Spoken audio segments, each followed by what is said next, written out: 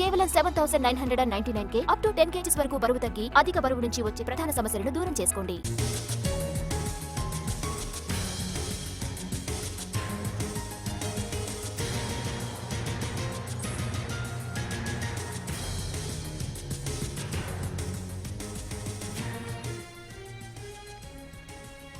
కరీంనగర్ జిల్లా కేంద్రం సమీప గ్రామంలో పెద్ద పులి సంచారం హడలెత్తిస్తుంది. బహదూర్ ఖాన్ పేట, చామన్పల్లి ప్రాంతాల్లో పెద్ద పులి అడుగులు గుర్తించారు అటవీ శాఖ అధికారులు. దీంతో వ్యవసాయ పనులకు వెళ్లేందుకు జంకుతున్నారు రైతులు. మహారాష్ట్ర తడోబా నుంచి ప్రత్యేక నిపుణుల బృందాన్ని రప్పించారు. పులి జాడ కనుగొనేందుకు ముమ్మర ప్రయత్నాలు చేస్తున్నారు.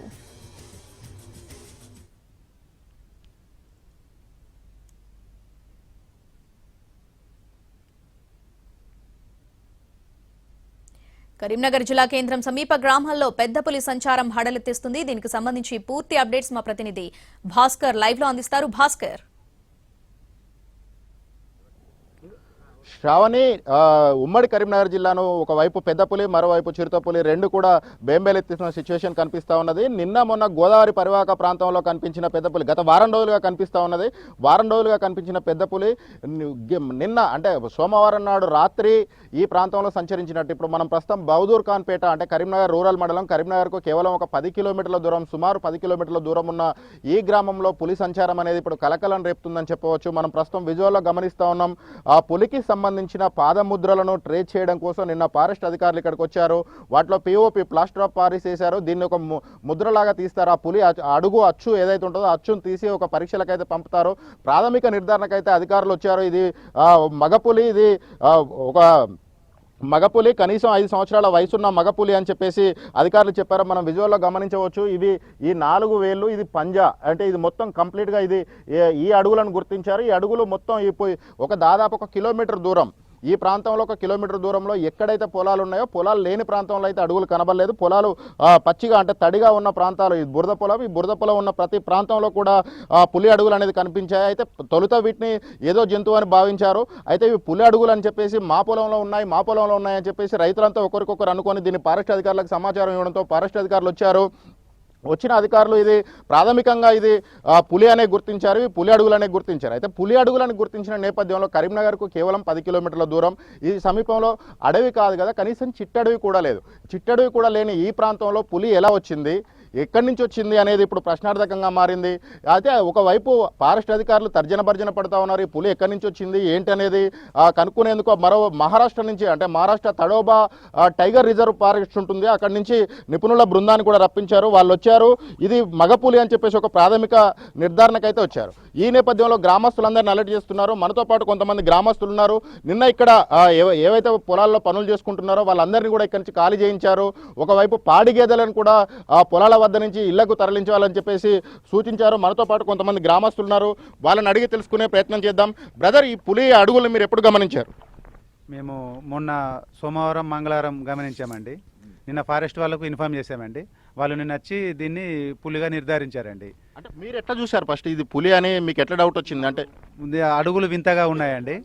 అడుగులు చూసి వింతగా ఉండట్లే మేము ఫారెస్ట్ వాళ్ళకి ఈ కర్రలు ఎందుకు కొట్టుకున్నారు? భయంతోనండి. నిన్న ఫారెస్ట్ వాళ్ళు ఒక ఒంటిగా వెళ్ళకని చెప్పారండి. గుంపులుగా వెళ్ళమన్నారు. గుంపులు వెళ్ళాక భయంతో ఇటు వస్తున్నామండి. బ్రదర్, మీరు చెప్పండి, ఎప్పుడు చూసారు అసలు పులి అడుగులు అనేది మేము మొన్న సోమవారం చూసాం కానీ మేము పట్టించుకోలేదు. ఏమో మామూలుగా ఏదో వింత జంతువు అనుకున్నాం. కానీ మా ఏరియాలో అందరూ మళ్ళీ మాదనలు ఉన్నాయి అన్నాక ఫారెస్ట్ వాళ్ళకు ఫోటోస్ సెండ్ చేసినాక వాళ్ళు ఎంబడే వచ్చి ఇది పెద్ద పులి ఉంది, ఇక్కడ ఇవి అడుగులు దాని అని చెప్పారు. మీరేమన్నా వాటి శబ్దాలు విన్నారా? ఇక్కడ ఎవరైనా విన్న వాళ్ళు ఉన్నారా? మా గ్రామంలో విన్న వాళ్ళు ఉన్నారు శబ్దాలు. అంటే గ్రామానికి అత్యంత సమీపం కదా, కేవలం 200 మీటర్ల దూరంలోనే ఉంది ఇది. ఇక్కడ పులి కనబడడం అనేది మీ సిచ్యువేషన్ ఎట్లా ఉందనేది ఊహించుకోవచ్చు. చాలా భయంగా ఉంది. దాదాపు ఇక్కడ మేము ఈ రాత్రి బాలు కూడా తిరుగుతాం. ఇక్కడ ఎస్ఆర్ఎస్పి కెనాల్ వస్తుంది. నిన్న ఈ పులి తిరిగిందన్న రాత్రి కూడా రైతులందరూ ఇదే ఏరియాలో పడుకున్నారు, ఇక్కడనే కావాలమ్మడి కూడా.